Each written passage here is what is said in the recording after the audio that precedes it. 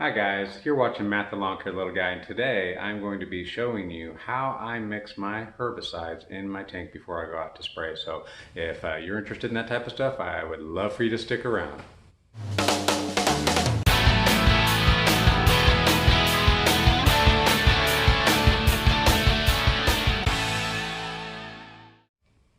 Alrighty guys, well unfortunately when I first shot this video I didn't have any sound. I forgot to turn my microphone on. So I am reshooting this and I'm going to do a little bit of voiceover for you, but I'm going to start off this whole video with just a few little tips that I've learned in my first season of spraying lawns. And the first tip is that label is law. That is a phrase that you hear in this part of our industry quite often.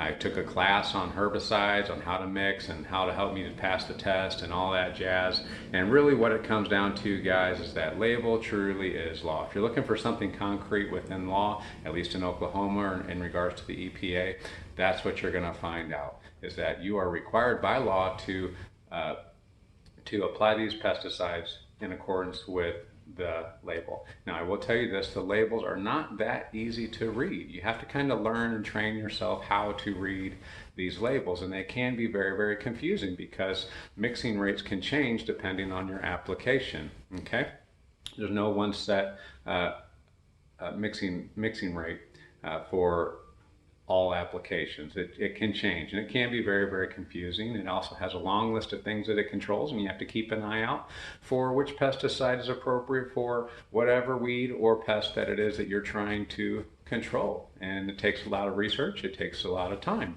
But if you're like me, you kind of enjoy that sort of thing.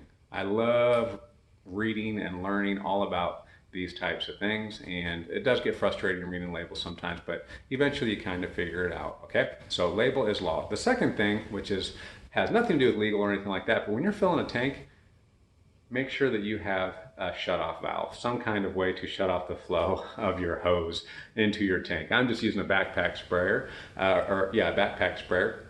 With a maximum capacity of 4 gallons, so I'm not really going through a whole lot of things, but it's really terrible when you gotta fill it halfway and then put pesticide in and then fill it again, because I gotta walk all the way back and shut that little valve off and then turn it back on and take my gloves off and put my gloves on. I just don't like that. So I would recommend to you to have some kind of a nozzle on your hose when you're filling these tanks. Okay, so I'm going to do a little bit of voiceover for you here in just a minute, so I hope it's not too unsynced for you guys, but I'm going to kind of bring you up to the point to where you're going to pick up the voiceover. So first thing is I kind of preset a few things. One of them is my herbicides. The thing that I mixed in my tank today was pendimethalin and glyphosate, surfactant, and then marking dye. Those are the three things that I'm putting down, and 2 of them are herbicides and 2 of them are just things that we use in the process. The surfactant is what actually makes the chemical stick to the leaves for the post-emergent, which is the Roundup or the glyphosate. And the marking dye is exactly what it sounds like. It's the blue stuff or the green stuff that you see, and it looks like people have painted their lawns, so you can see where you spray. There's no effect to the turf or the weeds or anything by just the marking dye. Now the Roundup, I'm using Ranger Pro, and it has a mixing rate of 0.36 ounces per 1,000 square feet mixed with 1 gallon of water. The 1 gallon of water is called your dilution rate. Okay, so there's 3 elements that you're going to need. What's the size of the area that I'm going to be treating? And the area that I was going to be treating is 3,200 square feet. What is the mix rate? It's 0.36 ounces per 1,000 square feet. So the way we figure that out is we take 0.36 and you multiply it by the total square feet that you're going to be spraying, and then you move the decimal point to forgive me because I don't know math, but just 1 decimal point over. And the way it works out for the Roundup Pro or the Ranger Pro, the glyphosate, is it's going to be 1.1, I think 2 ounces for the 3,200 square feet. Now for the pendimethalin, a pendimethalin's rate gives you a range. It's 1.3 ounces to 1.8 ounces per 1,000 square feet. What I like to do to create the most margin of error is cut it in the middle, and as it so happens, that works out pretty well for my math. So I mix at a rate of 1.3 5 ounces per 1,000 square feet. And that works out to just under 5 ounces for my tank of 3.2 gallons of water. I think it's 4.7, okay? So anyways, that's kind of how you go about calculating how much herbicide you're going to mix with how much water, and I get all of that from the label. So label is law, guys. Make sure you read those labels. And also, when you go out to apply, you're required to actually carry the labels with you, at least a copy of the label with you. Some say that you can have it electronic, some say it has to be paper. There's all kinds of different things, okay? But nonetheless, have a copy of some way with you and make sure you're reading that label. Make sure it's got the proper application, that you're mixing it properly for that application, and that's how you do it. It's pretty simple, guys. In actuality, it's actually quite simple. Okay, the label will also give you PPE requirements. When I mix, I wear safety glasses just in case something splashes. Usually I have that problem with my hose. I'm trying to put too much water in too fast, and sometimes it splashes some stuff up a little bit. And then also chemical gloves. I will tell you this, that not all gloves are good for mixing. Some gloves actually soak through, okay? So make sure that you get chemical gloves, and I believe the requirement is 7 millimeter is what's effective, okay? Let's see here, what else is there? Okay, yeah, and before I did this, before I get you to the voiceover, I've already got my tank filled up halfway, because the directions on almost all, I think all of my chemicals really, is that you fill the tank halfway of the total amount that you're going to apply, then you apply the pesticides, and the order of the pesticide could actually matter too, in which the label will tell you that. But you fill it up halfway with water, with the total amount, half of the total amount of water you're going to use first, then you add your pesticides, and then you fill it the rest of the way up, and then you shake a little bit. So without further ado, I will send you over to my voiceover, and you can kind of see how I do it. Okay guys, I've kind of fast forwarded on this because, like I said, I had to reshoot this. So what I'm doing is I'm getting out everything that I need to mix my chemicals. The first thing before you touch anything is you need your PPE, the rubber gloves. I brought out of the cabinet pendimethalin. The active ingredient is, I'm sorry, pendulum. The active ingredient is pendimethalin. That is a pre-emergent. The next thing I got is Ranger Pro, otherwise known as glyphosate, otherwise known as Roundup. It is a post-emergent. Next thing I got is my marking dye. You can kind of tell because it looks like it's bleeding blue. And then later on, I'm actually going to have something else too. And I'm going to tell you a little bit about these different things. I've already told you about them a little bit with the mixing rates, but it's so important. I can't stress that enough about the mixing rates, to make sure that you know what you're doing. The only way you're going to know what you're doing is if you're reading those labels, constantly educating on your own application. So sometimes it's goofy messing with gloves, and because the stuff just, it has a potential to get everywhere. I don't know if you can see in the video, but it's kind of dropped on my floor a little bit, and it's just, I try to be as clean as absolutely possible, but it just doesn't work very well. So I got these three things, and the other thing that I want to bring out about chemicals, mixing chemicals, is not all of them are compatible with each other. I know that these are compatible with each other, but the label will also tell you that. So don't worry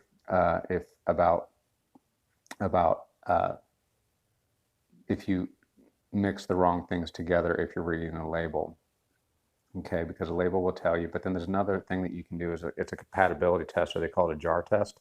You put the two chemicals in with each other, and there's a specific way, and you can look up videos on how to do a jar test with pesticides. But you add a little bit of water, and you add a little bit of each product, and you see how it works. And basically what you're looking for is separation.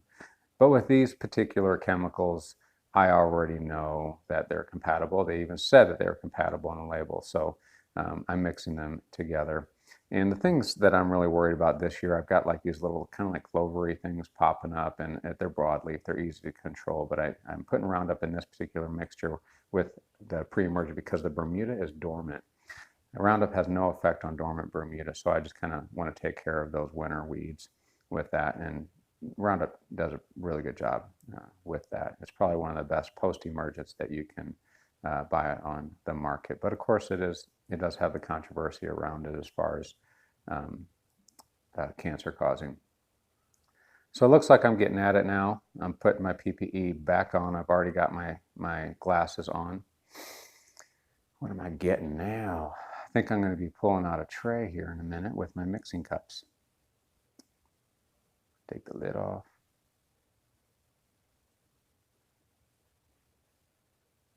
It's got a strainer in there. I like to take that out. Don't have to. Maybe I'll start keeping it in.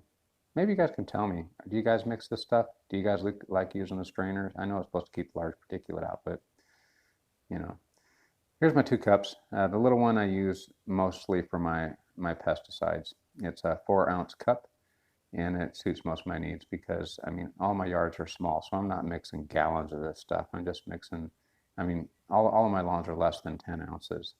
So if I fill that up 5 times, then I got enough, usually. But usually I only put like about 8 ounces. That's just roughly on average. There's my mixing tray. You can see I've kind of spilt things all over it, and I try to keep my garage door a little bit clean by using that tray, but it just doesn't seem to work all the time. But it's better than not using anything. The pendimethalin, one of the instructions on the pendimethalin is you need to shake it before you pour any of it out, because I guess there's ingredients in it that will settle. So that's one of those you got to shake. Not all of them you have to shake, but pendulum particularly, it tells me I got to shake it. Just take the cap off and be very, very careful, because it's like a big mouth opening with a tiny little cup. And then I'm fixing to pour it, and I think on this mixture I'm putting 4.7 ounces in my 3.2 gallon mixture. So if you did the math on that, you would find that 3,200, which is 3,200 square feet, times 1.5 works out to 4.7, almost 5. Even if I got 5 in there, I'm still within my range, I believe. I could be wrong. Check my math. I already admitted to you I'm terrible at math.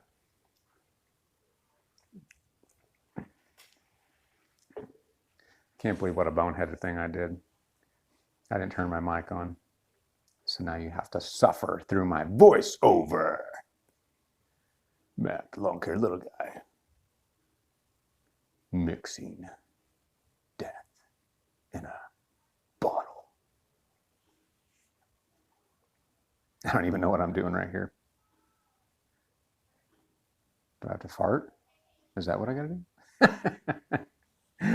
Oh, you guys are great. If you're watching this, you guys are great.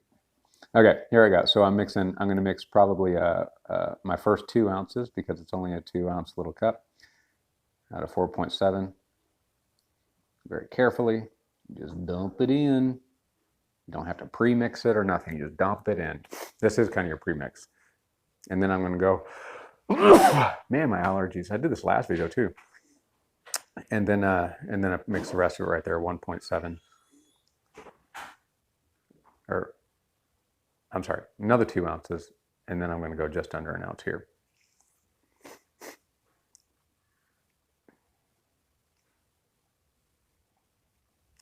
Just put it on in there. And I try to use different cups. I kind of use the same cup for a lot of my pesticides. But when I'm using the marking dye and the surfactant, I use their own cups. So I'm gonna put the cap on you, and you're gonna go back in the cabinet pendulum. You're done. Next thing I got is my Ranger Pro, and I don't know why, but I always shake it. I just feel like I have to. I know I said the directions will tell you, but I just feel like I always do. But the Ranger Pro foams up real bad. And it's hard to get a good reading in your cup when you're only trying to mix 0.36 per 1,000 square feet. But that's what it is. I'm looking for a different jar for it, but I'm not going to find it. I'm just going to use my tiny one again, because they do mix together anyway, and they are going into the same mixture on the same lawn, so it's really not that big a deal. Shake, shake, shake, shake, shake, shake. Shake your glyphosate. Shake your glyphosate.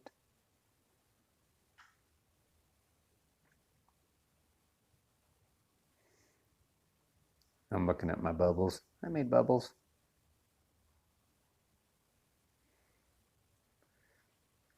And this mixture is going to be 1.12 ounces. It's not very much. It's not really white, actually. It's kind of a yellow tinty thing, but what you're seeing is the foam. So I'm filling it up, and I'm looking at the foam line to see exactly where my line is, to see if I got enough in there. And I believe that I did. So I'm going to put it in.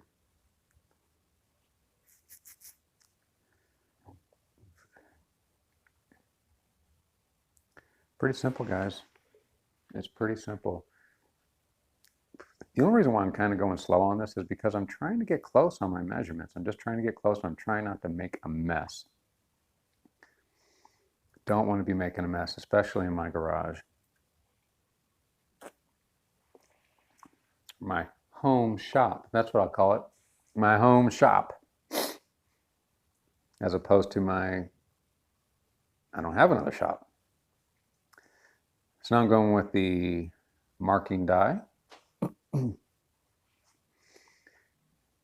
And the marking die is 0.5 ounces per 1,000 square feet, except I have issues deciphering color sometimes. So when the yard is green, or if it's not bright enough, then I really have trouble seeing it. So even though it's a really expensive item for what we do, I usually mix about double, so about 1 ounce per 1,000 square feet, just so I can make sure that I can see it. That was one of the things I did when I first went out and sprayed. I did not put enough marking dye in it, and I could barely see the difference between where I sprayed and where I hadn't sprayed. Marking dye, you're going back in there. I think Ranger Pro, you're done, dude. You're done, Ranger.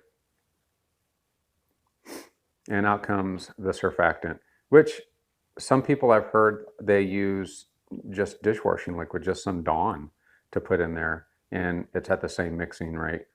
And honestly, it's probably a lot cleaner, and the surfactant is, I think it's pretty cheap.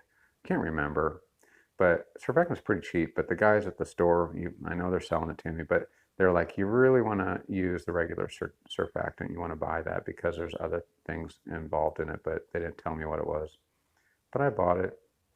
First year, I just kind of took whatever my dealer told me to. So I do not overdo this one. This one is also 0.5 ounces per 1,000 square feet, and I try to stick to that. So you're looking at almost, well, ounce and a half of surfactant. And that's pretty much that. I got everything in there now, so that all you would actually do for now is you would fill up your tank the rest of the way. So I start out with half. 3.2 gallons was my total amount, so I cut that in half. That's about 1.5 gallons. So I filled up 1.5 gallons. You saw me put all the pesticides into it, and then what I'm going to do is I'm going to fill it up the rest of the way and give it a shake, shake, shake. Shake your pesticides and just give it a good mix, and you're ready to go spray. So that's pretty much it, guys. That is mixing according to the Lawn Care Little Guy. I'm sure I left a lot out, so I want to open this up for discussion. If you guys are applicators and you have some advice for anybody that's watching, by all means, put it in below in the comments. I'd love to hear from you. I'd love to learn from you. Your first year, I'm still wet behind the ears. I'm still greenhorn. So that's going to do it for this voiceover. Okay, guys, I really hope that you enjoyed it. I appreciate your patience as I kind of work through my little technical difficulties. And as a sign off, I would like to encourage you to check out my description. I've got an address in that description where you can send me something for my community cabinet. Guys, I'd love to have that. I didn't get anything this week, but I'd love to get something, put you up there, talk about you, promote you and your channel just a little bit, and then I will send you a little something in return.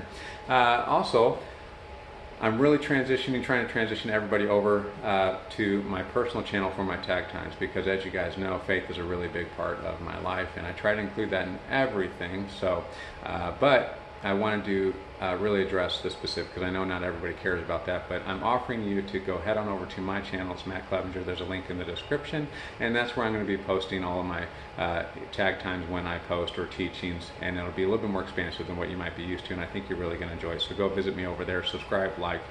If you like this video, go ahead and hit the thumbs up. If you haven't subscribed, go ahead and subscribe. I thank all of my brand new subscribers. I'm up to 430 some odd subscribers, and that is just so exciting to me, guys. So thank you guys so much. And as always, pray for me. You know I'm praying for you. Love yous and peace.